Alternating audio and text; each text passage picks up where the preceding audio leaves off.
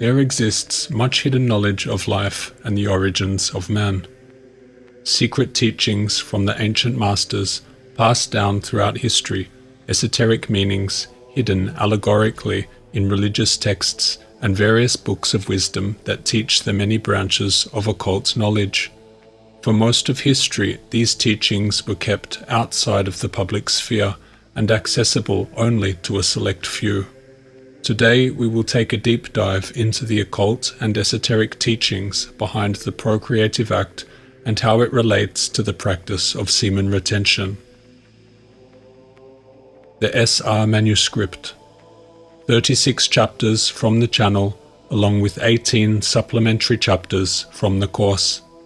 2 years of research and study on the topic of semen retention. If you wish to physically own a copy of the ancient archives, then this book is for you. Tier 5. Seeds of the Occult. Serpentine Fire and Kundalini. The great secret of all occult teachings is connected with a mysterious force at the base of the spine, and the methods of awakening it and causing it to ascend up the spinal canal to the brain, which it electrifies and vivifies, endowing this organ with superior powers and extended consciousness.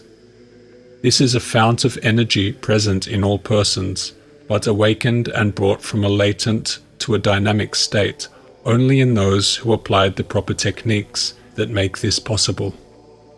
The arousing of this secret power that regenerates and rejuvenates the body and revitalizes the brain is designated in the East as the awakening of Kundalini.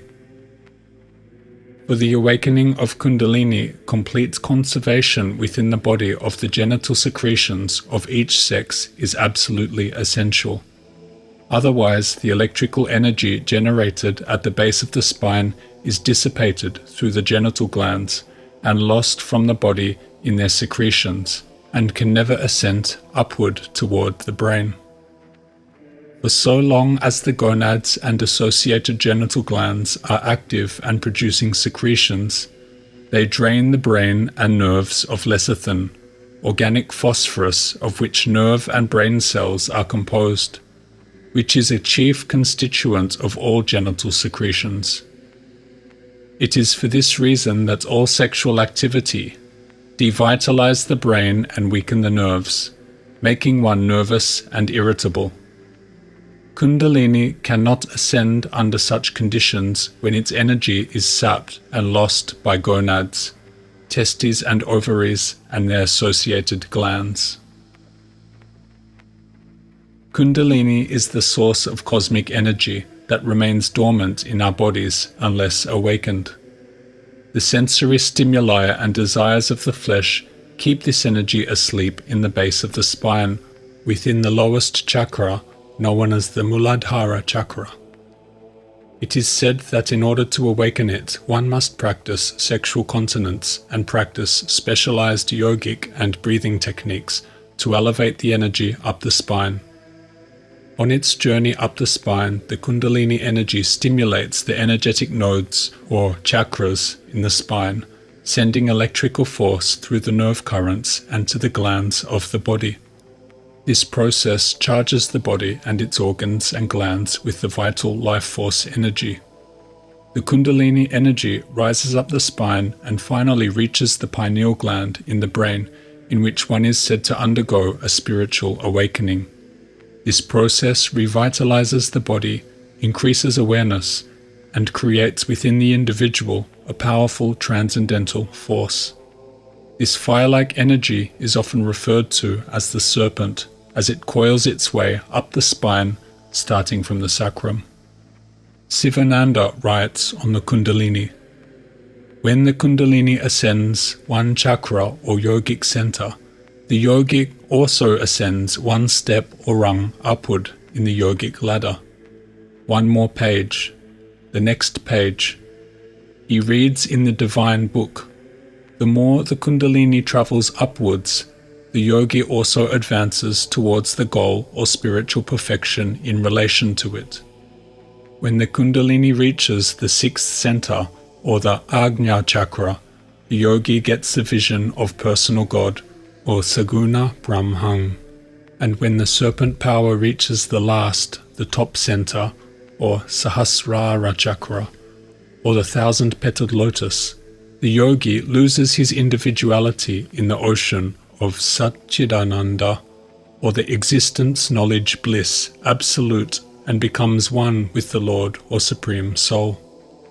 He is no longer an ordinary man, not even a simple yogi, but a fully illumined sage, having conquered the eternal and unlimited divine kingdom, a hero having won the battle against illusion, a mukta or liberated one having crossed the ocean of ignorance or the transmigratory existence, and a superman having the authority and capacity to save the other struggling souls of the relative world. Scriptures hail him most in the maximum possible glorifying way, and his achievement. Celestial beings envy him, not excluding the Trinity even, via Brahma, Vishnu, and Shiva. First and foremost, there is the danger of sexual stimulation, so that the individual becomes drained of his vitality through sex obsession. Mental unhingement lies along this line. Sexual vitality and activity are very closely allied to Kundalini, for both are supremely creative in their nature, and the development of the one is bound to stir the development of the other. All sexual urge must be under complete control, at the will of the individual, and must be in a condition of what may be called sublimation. That is to say, it must be recognized as a sacrament and therefore to be used in reverence and in a spirit of dedication. The Caducus. The Caducus has become the modern symbol of the medical world. The word Caducus comes from Latin word carix, codified to carcioing, meaning herald. Traditionally, the Caducus is known as the staff held by Hermes in ancient Greek mythology. It consists of 2 serpents entwined around a wand connected by wings at the top. It is also linked to the Roman god Mercury, and who, like Hermes, received the Caducus as a gift from Apollo. In Hinduism, it is associated with the serpentine fire, that is, the Kundalini energy, rising up the spine through the 3 channels, the staff representing the core channel, known as the Sushumna, and the 2 serpents representing the intertwining polarities of masculine and feminine energy, the Ida and Pingala. These energies uniting at the crown chakra, seen by the ball on the end of the staff, with each wing representing the left and right side of the brain. As explained in the Kundalini section, this energy is awakened through the retainment of the semen, along with yogic and breathing exercises. Otema writes, "If man knew the secret of the redemptive phase symbolized by the Caducus, he would know that all power of redemption in the universe inheres in his own organism, that kingdom of heaven within." The symbology of the Caducus goes back to the Edenic parable. It relates to the tree of life in the midst of the garden, to the creative force of the universe, and to the creative function of man. Jacob's Ladder. In the Bible, we see the story of Jacob's Ladder, where Jacob must climb the ladder to reach God. In some modern interpretations, the ladder is 33 steps representing the 33 vertebrae of the spine. This esoteric interpretation of Jacob's Ladder is an allegory for the sexual energy climbing the ladder to enlightenment, as the conservation of sexual power causes the energy to rise up the spine. The ladder moving from the earth to the heavens, from the physical world to the spiritual, from man to God. This is the spiritual ascension that takes place when one conserves their seed, when one climbs the ladder. It is said that this act of restraint will open up the higher energy centers and give you access to deeper states of existence. As the energy is stored one is said to experience a feeling of bliss, of clarity and enlightenment. As this energy continues to overflow, it eventually reaches the highest center, which is known as the third eye, the seat of the soul, the pineal gland. This is the connection to the divine and is said to transform you into a godlike state. When the spiritual centers are charged and the energy remains in a surplus, your overall energy field, your aura, is amplified. Remember, physical reality is but merely one layer of this overall existence we are experiencing. There exists mental realms, spiritual realms, and other energetic realms beyond our human perception, all expressing the same source of this reality in its own format. The succubus.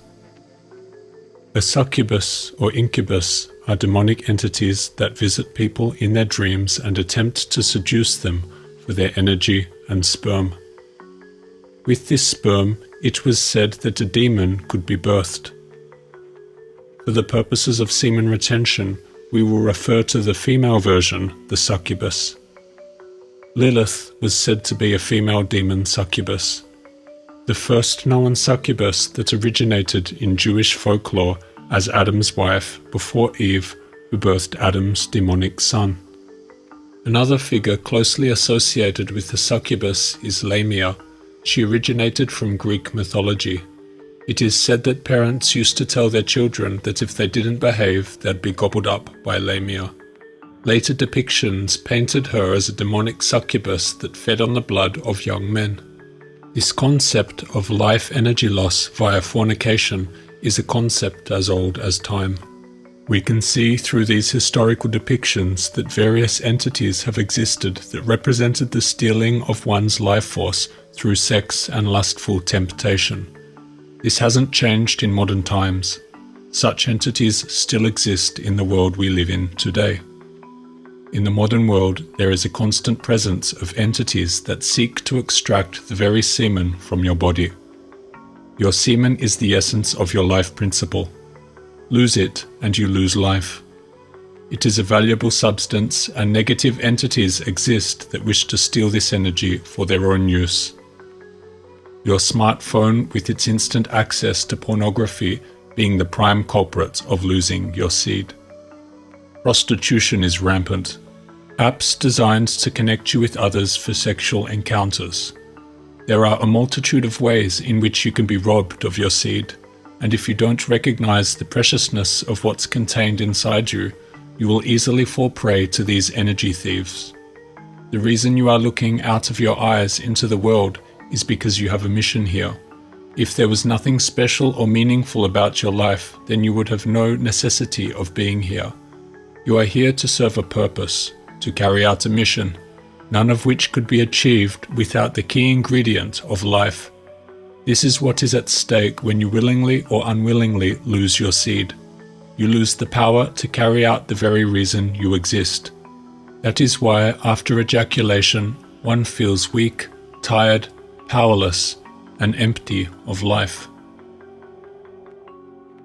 Black magic.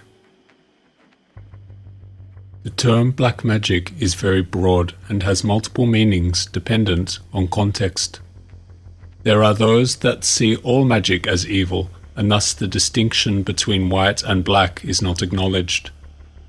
For the purposes of this work, black magic represents the branches of magic that manipulates the use of negative energy to fulfill one's personal wish, to do harm onto others, to fulfill one's carnal desires.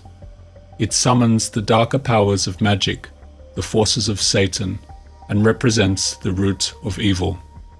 The most dangerous form of black magic is the scientific perversion of occult power for the gratification of personal desire.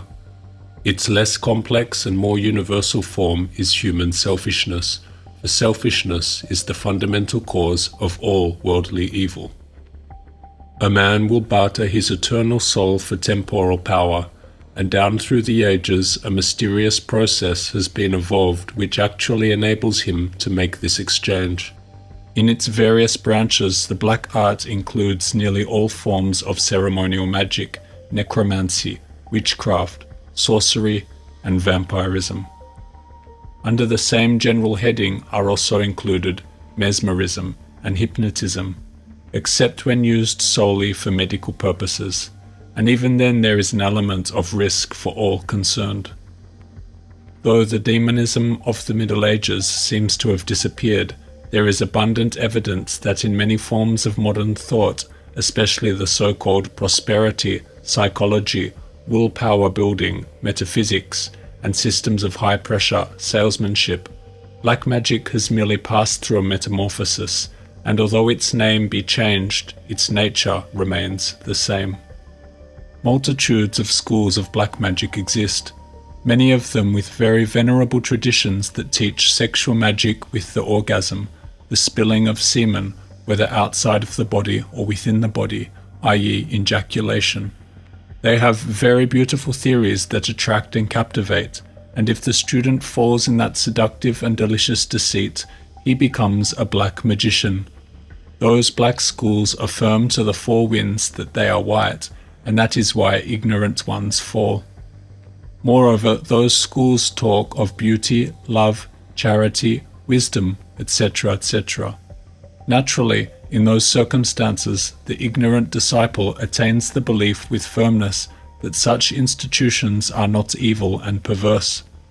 Remember, good disciple, that the abyss is full of sincerely mistaken ones and people of very good intentions. We will explore some further writings by the controversial Semen on black magic, some of which is conveyed in abstract verse, so keep an open mind to try and reach the heart of the message. Seminal ejaculation is an exclusive property of the animal species, but not of the human species. The human being must make his semen rise through the two ganglionic cords to the chalice, the brain. The black magicians were the ones who taught the human being how to ejaculate the semen like the animals. The black magicians of the opposite pole of the sanctuary of Vulcan taught the human being black sexual magic. This was their treason to the mysteries of Vulcan. The mysteries of sex are from the sanctuary of Vulcan. The guardians of that sanctuary committed the crime of betraying the mysteries when they allowed themselves to be seduced by those brothers of darkness. Black magicians ejaculate the semen during the acts of negative sexual magic. The serpent then descends towards the infernos of the human being. The tail with which Satan is represented is the Kundatidagwa of black magicians. Such a tail is directed downwards towards the infernos of the human being. When the serpent ascends, it represents the bronze serpent, Kundalini, that healed the Israelites in the wilderness. And the Lord Jehovah said unto the serpent, Because thou hast done this, thou art cursed above all cattle, and above every beast of the field. Upon thy belly shalt thou go, and dust shalt thou eat all the days of thy life. When the serpent descends, it signifies the tail of Satan. Such a tail is the tempting serpent of Eden, the horrible python serpent with 7 heads that the enraged Apollo wounded with his darts. The serpent of fornication is damned. We must reject the tempting serpent of Eden, and we must not spill the semen. It is necessary to make our seminal energy rise to our brain through the 2 ganglionic cords in order to make the sacred serpent Kundalini rise up the spinal medulla through the 33 medulla vertebrae. Terrific powers exist within each one of the 33 vertebrae. As we enter each one of the 33 holy chambers, we learn divine wisdom. There are the 7 loaves of bread brought as food to Horus. We must eat from the 7 loaves of bread. We must not eat filthiness. We must not eat anything abominable. Anything filthy or abominable is known as fornication, adultery, hatred, selfishness, desire, envy, pseudo-spiritualist doctrines, etc. All of this is abominable food All of this is filthiness. Let us eat from the 7 loaves of bread. Let us be nourished with divine wisdom. We must make our seminal energy rise through the 2 witnesses. Jing Bunao. Jing Bunao is the ancient Chinese Taoist practice of returning the semen to the brain. It is where one engages in arousal for a period of time but does not ejaculate. It is said that this unused semen, known as Jing, is circulated through the body, travels up the spine, and nourishes the brain, replenishing systems and enhancing one's vigor. The preservation of Jing, or seminal essence, is a central concept in Taoist teachings. Many of the ancient Chinese texts allude to this practice of seminal preservation for the purposes of longevity. Sun Simo in the 6th century wrote in his renowned medical text, "Essential prescriptions worth 1,000. When one feels the impulse to ejaculate, close the mouth and open the eyes wide. Hold the breath and clench the fists. Move the hands to the left and right, up and down. Contract the nose and take in qi. Also constrict the anus, suck in the abdomen, and lie on the back. Now quickly press the pinyi point with the 2 middle fingers of the left hand. Exhale a long breath and at the same time gnash the teeth 1,000 times. In this way the Jing will ascend to nourish the brain, causing one to gain longevity." It is said pinyi refers to the acupuncture post at the perineum. It is worth noting that the possibility of retrograde ejaculation, that is, internal ejaculation that moves the semen into the bladder to be excreted by the urine, may occur if engaging in sexual activity without ejaculation. Numa. The Numa is an ancient Greek word for breath, though in ancient times it was considered the vital heat or the soul element of a human. It was thought that this pneumatic substance resided within the semen. The semen was essentially the soul fluid of the body, the substance which carries existence. For this reason, the ancient physician Galen said that sex was exhausting as it used up one's pneuma. Aristotle wrote, "The semen contains within itself that which causes it to be fertile, the so-called hot substance, which is not fire nor any similar substance, but the pneuma enclosed within the semen, or foam-like stuff, and the nature in the pneuma, which is comparable to the element of the stars. As to the principle of psyche, one portion is separable from body and belongs to those creatures that include something divine, that sort of thing called intellect. The other portion is inseparable, fluid and watery, dissolves and evaporates." Aristotle wrote on the consequences of sexual excess and its effects on the body. Fits of passion, sexual appetites, and some other such passions actually cause palpable changes in the body, and in some cases even produce madness. Now it is clear that we must attribute to the morally weak a condition similar to that of men who are asleep, mad, or drunk. Perhaps we can understand semen loss to be the loss of pneuma, that is, vital force of life, and thus each ejaculation may not be fatal. It slowly degenerates the body by imperceptible degrees due to the removal of life force from the organism. Samael on Wio. Samael on Wio deserves special mention for his views on chastity and influence on the occult and the early Gnostic movement. He was a somewhat controversial figure as his beliefs were considered not strictly in line with traditional Gnosticism, also for his views on chastity and for other reasons. From his writings: degeneration, generation, and regeneration. These are the 3 stages in the lives of the triune being: animal, human, spiritual man. Real thinkers realize with horror and regret that the majority of us are still in the first stage. In the light of physiological fact, we cannot deny that this is true. A description of each of the stages enables one easily to distinguish between them. Degeneration means that one cohabits solely for the sake of pleasurable sensation. Generation means to generate, to become parents, therefore to engage in the sexual act, solely that a child may result. Regeneration means that there is no longer any thought of sex, therefore the act is not indulged in. As the body loses neither creative substance nor electrical energy, body and brain are not robbed of any of their corpuscles. Therefore, they attain the highest stage of efficiency. Thomas Vaughan states in his remarkable work that the seed which the body creates must be used to feed and therefore recreate the body which forms it. This is a self-evident fact. An Occultist's Advice. This powerful passage on semen retention was written over 100 years ago by the American author and occultist Hiram Butler. It will be observed that those persons who, when young, were required by their parents to rise early and attend to some physical labor are the ones who make the highest attainments in life.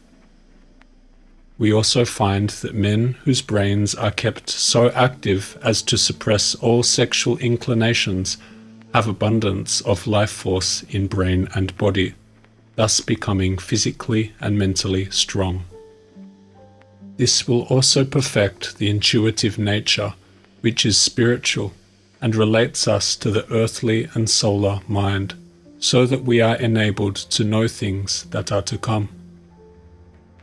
This intuitive faculty is the master and guide of the intellect, while the latter is the servant, the mechanic, the mathematician.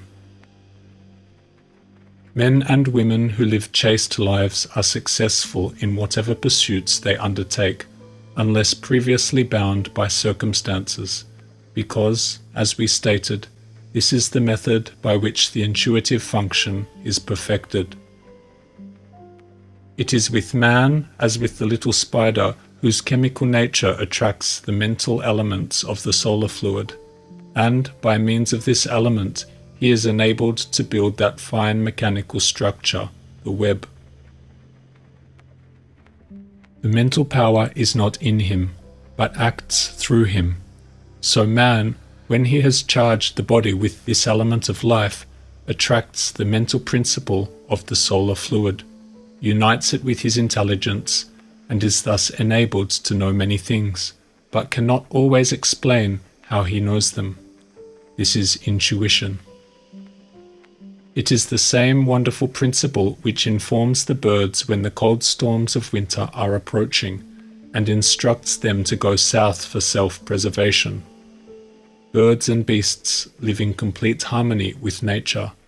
They do not waste their sexual forces, and therefore display the wonderful sagacity noticed in the animate world below us. Man alone abuses this function, and to the extent that he does so is he deprived of that divine guidance possessed by the whole animal world. The author has made it his business to examine with care the mental and physical condition of men and women who have had great success in life, and has found it an invariable rule that all such persons have been guided wholly by their intuitions, their reasoning faculties having been subordinate to this higher teacher. There are some persons who make great attainments and who have fine intuitions, while living a licentious life, but the secret of their fine intuition lies in the fact that their parents were chaste, thereby endowing them with a superior physical organism and mental intuitive faculties, and also that these same persons maintained chaste habits during childhood, yet their powers are far inferior to what they might be did they observe the law of chastity. The business world is controlled by two principles. First, love between man and man. Second, psychic or willpower, man over man. The intuitive powers, when properly developed, enable man to feel and understand what is in others. Thus, When two men meet on a business plane, they are apt to feel each other's conditions and are thereby either attracted or repelled, or even moved to love or hate. Let us illustrate. A man calls on another, desiring some financial favor. As soon as they meet, they feel that they can put confidence in each other, simply because their honesty of purpose is intuitively recognized. Sometimes men are entrusted with large sums of money by strangers, through this principle of confidence or love, as they intuitively feel the ability and honesty of the party thus entrusted. Young men just starting in life who make the principles of industry, honesty, and equity their guide, though they may have no capital whatever, will find little difficulty in obtaining credit and help in any business direction, for capitalists, being intuitive, readily discover in a young man the dispositions to do justly by others, and to be honest and upright under all circumstances, and willingly trust them to any desired extent. Whereas if the young man has any disposition to take advantage of others, or get all he can without rendering an equivalent, it is immediately perceived, and confidence in him is lost or withheld. The real motives and feelings of a person's heart are perceived by those who have developed the intuitive faculties through a chaste life, and they always love those of like morality and chastity, and as far as these conditions exist among businessmen, love is the controlling principle. The second ruling principle in business, the psychic power, is the force that has been conserved to the use of the brain, and concentrated, and sent out by the will with a combative, subduing, or controlling intent. A man with a strong mind, having this psychological power well developed, is enabled to control those having less mental power, so that he actually projects into the other's mind his own feelings, thoughts, and desires, to the suspension of the other person's power to control themselves by their own will. This second stage of business life is one of combat, man against man, and the weapons used are the psychic or will powers. The one who has the most of this power will conquer and cause his fellow man to do that which he wills him to do. Thus men are often caused to do things in business and even in social and domestic life that their most ordinary reason would tell them was erroneous or injurious, yet under the powerful will of others they do it without thought. Thus the world is ruled by these two principles, love and psychic force, and those persons who have this sublimated life essence are enabled to rule their fellows by the solar inspirations, or drawing in of the solar mind force, and sending it out, clothed with their own conserved life and controlling mental energy. A perfectly celibate or chaste life enables a person to create thought forms and send them out by his will to persons near or far so as to bring about desired results in controlling mental faculties or even physical conditions. Thus, a person conserving all the energies generated by the sexual function in his own body will soon be able to know from his intuitions how to heal diseased conditions in his fellows, by projecting his own life or soul essence into the part affected to remove the difficulty or to set in order the derangement. To accomplish this, one must subject the appetites, feelings, and emotions entirely to the reason and the intuitions. St. Paul gave some good advice on this subject as follows: I beseech you, therefore, brethren, by the mercies of God, that ye present your bodies a living sacrifice, holy, acceptable unto God, which is your reasonable service. And be not conformed to this world or age, but be ye transformed by the renewing of your mind, that ye may prove what is that good, and acceptable, and perfect will of God. Again, for to be carnally minded is death, but to be spiritually minded is life and peace. It is necessary to conquer all abnormal excitement caused by stimulants or narcotics in order to establish an equilibrium between the supply and exhaust, and to bring about an harmonious condition between the person and God, or the cause world.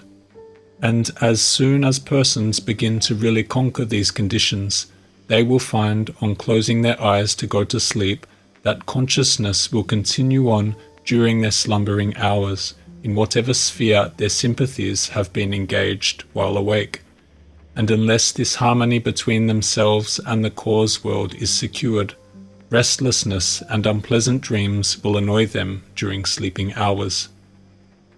Many persons undertaking to conquer their passional nature so as to retain all the sexual fluids in their own bodies will find, at first, great difficulty in doing so.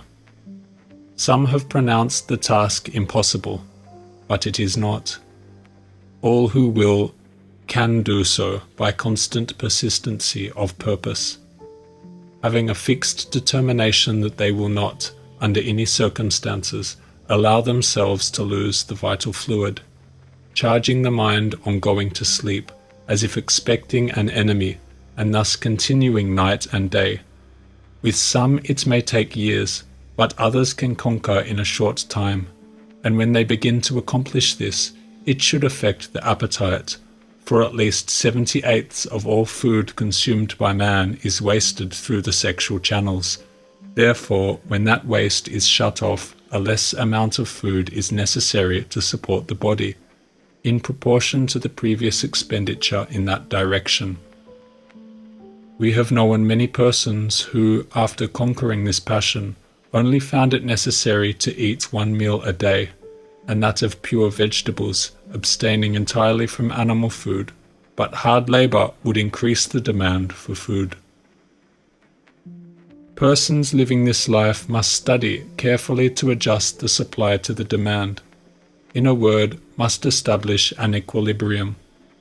This balance attained will produce a feeling of satisfaction, rest, and harmony, such as is necessary to produce the best intellectual and spiritual results, and to harmonize the soul with God, or the cause world. Without this union there will be darkness and confusion, which is the primary cause of all mental, moral, and physical disease. Santa Claus. From the words of George Carey.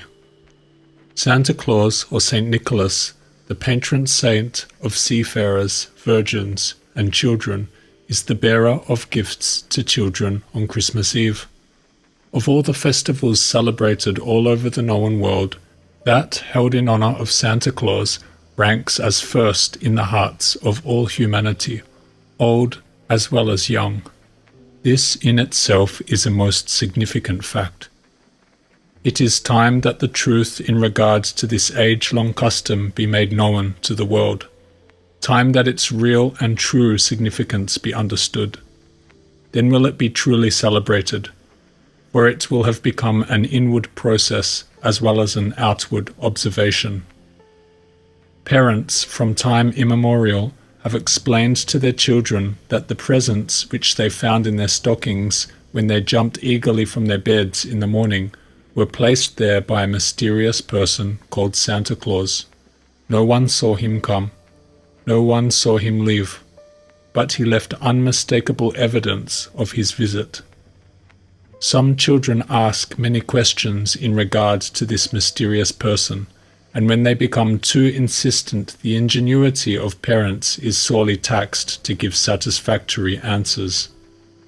There comes a time, however, when they must have the Santa Claus myth explained to them, and it is then that their deep childlike trust and confidence in their parents receives its first shock.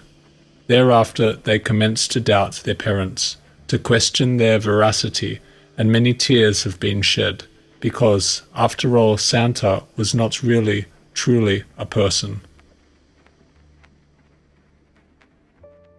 There is a Santa Claus, it is a physiological fact, and it does secrete the most holy and wonderful gift or substance in the body of every individual. Those who understand it, who receive it in the right spirit, have become as little children. As above, so below. As in the macrocosm, the universe, so in the microcosm, man. Can anyone think for one moment that the parables, fables, allegories, and myths that have come down to us through the ages have no basic foundation? They, as well as the fast days and feast days, are founded on great esoteric truth. Otherwise they would have ceased to be. The great hierarchy that rules the universe see to it that nothing is forgotten that needs to be remembered. Santa Claus or Saint Claus is derived from the same root word as claustrum, from which cloister is also derived. Claustrum means barrier, a covered place, seclusion. Cloister is referred to as a place of seclusion, and more especially as a place of seclusion for something holy, something dedicated to divinity. There is a Saint Claus or claustrum within the cerebrum, and whoever gave it that name knew why they did so. The suture of the skull is the point where the bones meet. We can very easily see this place on the heads of infants, as the sections are not then drawn closely together, and the vibrations of the brain can be both seen and felt. In Sanskrit, this is called the door of Brahm, for it is the aperture through which the ego or spirit leaves the body. It is also the chimney of Santa Claus. The vertebrae as a whole is called the stick of Brahm. Directly underneath the door of Brahm is a triangular-shaped body named in physiology the island of Rhea.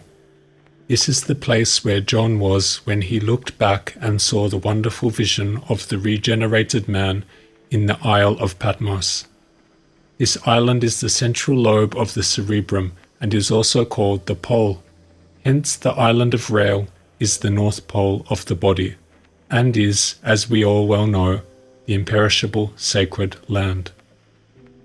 In Santi's anatomy of the brain and spinal cord, we find that this island is situated in the medial wall of the lateral fissure of the cerebrum between the frontal, parietal, and temporal lobes, whose growth after the 5th month in utero gradually covers it over. At the end of the first year of extrauterine life, it is entirely concealed by the temporal, parietal, and frontal parts of the operculum, cover or lid. Thus we see that Mother Nature has taken great pains to conceal this sacred center. Underneath this island and directly in a line with the optic thalamus lies the claustrum, but separated from it by yet 3 other bodies. The claustrum is a thin sheet of isolated grey matter, found just medial to the island of Rhea. Santi says it is a sheet of peculiar grey substance, and is made up of fusiform, spindle-shaped cell bodies. It is from this claustrum that contains yellow substance within its outer greyish exterior that the wonderful, priceless oil is formed that flows down into the olivary fasciculus, descending with the rubrospinal tract through the reticular formation in the pons and medulla to the lateral column of the spinal cord. It terminates in the grey matter of the spinal cord, probably giving off collaterals to corresponding nuclei in the brainstem. This is the oil, the precious gift of which the Bible speaks. Thou anointest my head with oil.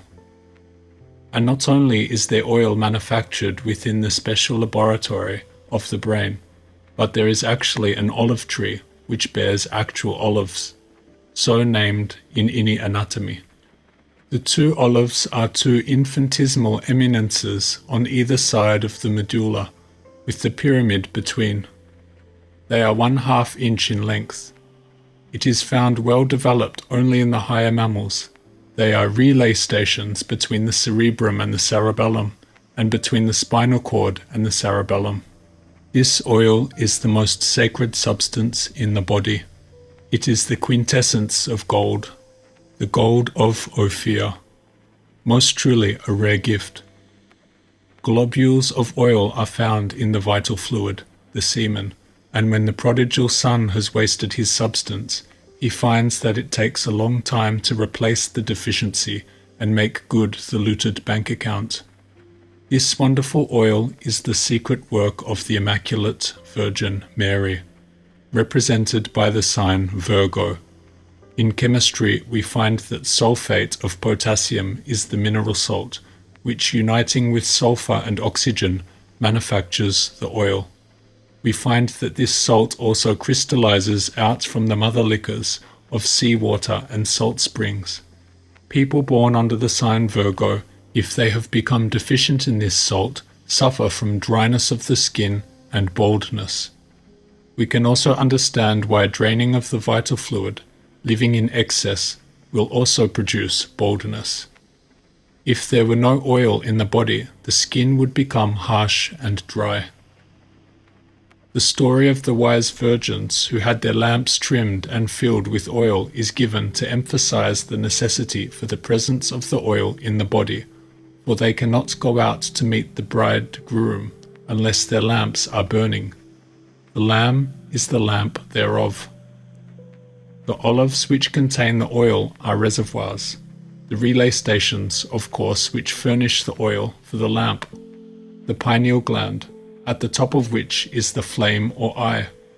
When the Kundalini, the serpent fire that lies concealed within the sacral plexus, is awakened, burns up the dross within the spinal cord and reaches the cornerium, it sets fire to this oil and thus lights the perpetual lamp, which gives the light to the whole house.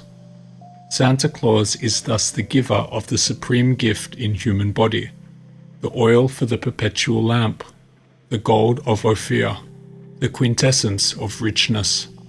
A total lack of oil in the body will, in itself, cause death. Santa Claus brings his gifts when the Christ Mass is celebrated. The Greek characters that stand for Christ are XPI, and the word itself, Christ, Christ, means oil in Greek. The seed is the bread of life, and when anointed with oil, Christed or crucified, become the Christmas, the bread eaten in the Father's kingdom. Thus we now clearly understand the meaning of Santa Claus and his Christmas visit with gifts.